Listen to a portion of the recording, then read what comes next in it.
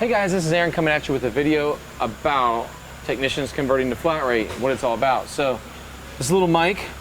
Say hi, little Mike. Hi, little Mike.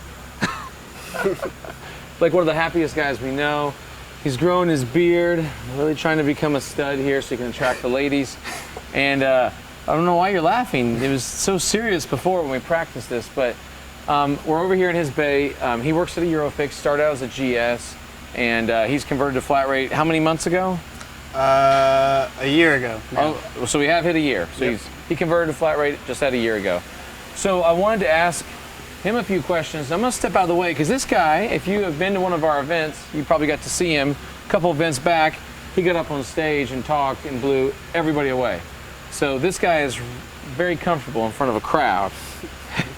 So what I'm gonna ask you just to get things going and get us on the right path is, as a flat rate technician, how do you stay focused?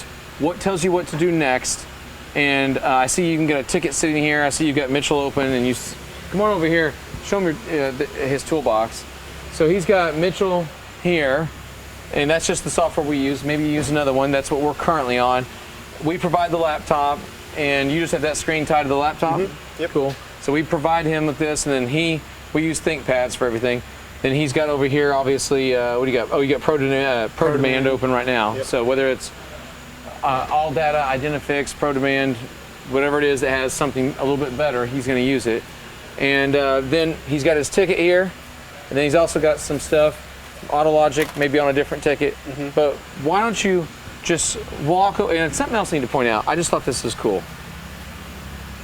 He's got a belt routing drawn out on a dry erase board, and I've been around a long time in this industry, and I've never seen a tech do that on a little dry erase board and throw that up on the hood. And I asked him if he does it for anything else. He said no, pretty much just for belts because it's a lot faster than going back and forth the laptop. I just thought that was interesting. Very ingenious, using basic technology, not using a lot more electronics, just keeping it simple.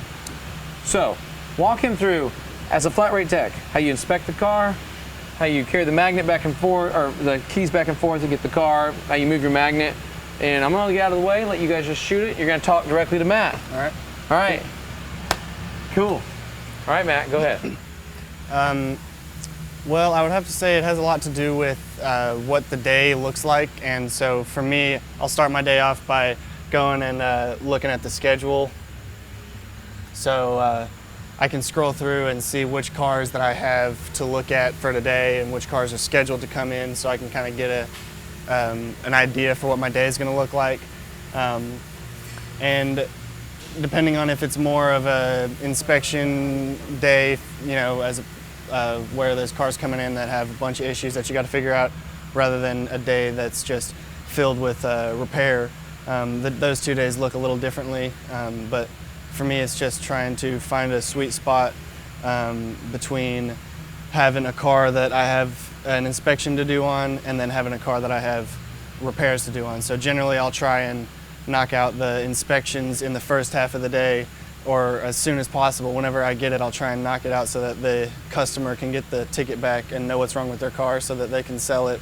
And then while that process is happening, I'll be looking for you know, either a repair that I could do or whatever the next thing is, and it just depends on if it's an inspection or a repair.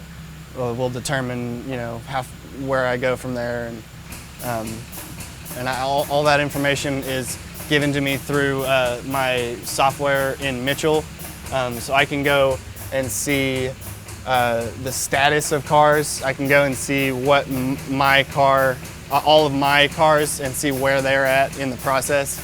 If they're waiting on approval, if they're waiting on parts, waiting on, or if they're maybe, I fixed it and so the GS is having to test drive it. So there's many different places that the car could be in, and it's just up to me to see where I'm at, what all I have for the day, and plan my day accordingly. So the way the process will start is I'll get the ticket, and I'll see the work that's requested, which is basically what the customer's saying is wrong with their car.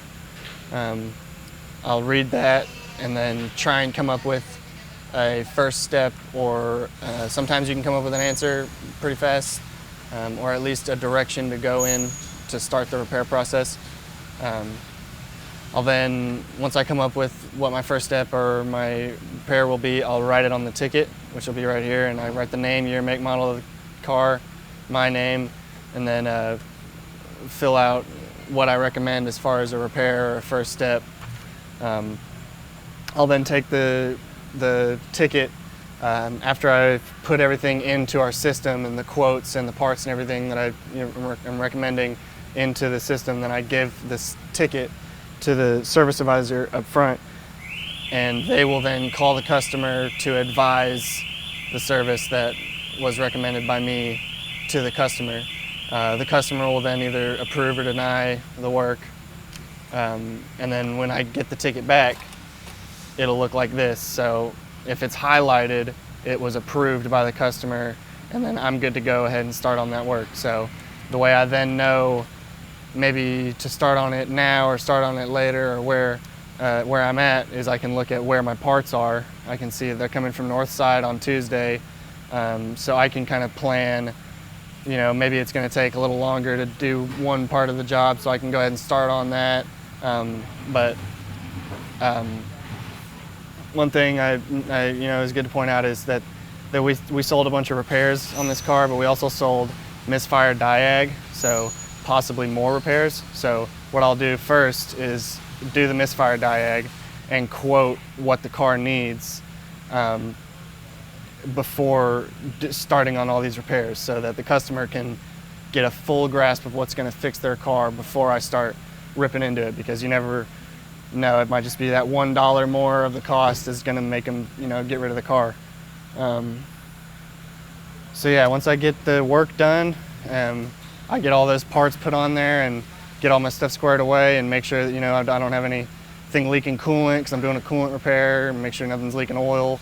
I'll go ahead and put it into our QC, and our general service technician will then go through and say, okay, well, I did a coolant leak, I did an oil leak, I put a drive belt on it, transmission fluid leak, alignment, thrust arm. So he's going to go drive the car, make sure it's not leaking coolant, make sure it's not leaking oil, make sure it's not making any weird noises, suspension's all nice and tight, and make sure the steering wheel is straight. And then he's going to clean the car up and get it on out to the customer, and it's just the process keeps going like that. All right, so after I finish my inspection on a car and I have come up with my recommended repairs, I'll come up front, and depending on whether it's a waiter or not, so if the customer is here waiting, then I will take the ticket, be like, hey Jimmy, I've got a waiter quote right here for you, so that they see it. If it's a drop-off, I'll take the ticket, put it right there, and I'll take the magnet for this car and put it in the parts quote. So the service advisors see that they have a car that needs to be quoted. Once they call the customer and get either approval or denial for the repairs, they'll then take the magnet and either put it in waiting for parts, or if the part's here, they'll put it into the repair, so that I can know that I've either got a car that is waiting for parts that I could be tearing down if the parts are going to be here fast enough, or I've got a car and parts here so I can start on the repair. So I've got a repair waiting for parts, a spot for cars that need diagnostic, and an inspection. So I'll generally do inspections first so that I can get recommendations out to the customers fast, so that they can get approval on it and keep that flow moving. So once the service advisor gets approval for the work, they'll put the magnet in repair and move the ticket to my repair bin right there, and then put parts in my parts bin. And then once I finish the car, I'll come up front and I'll move this magnet from repair to quality control, and then the GS knows to quality control that car. And then once he's done, he'll put it into customer call. Customer will get called, and then once the customer's on the way, complete it.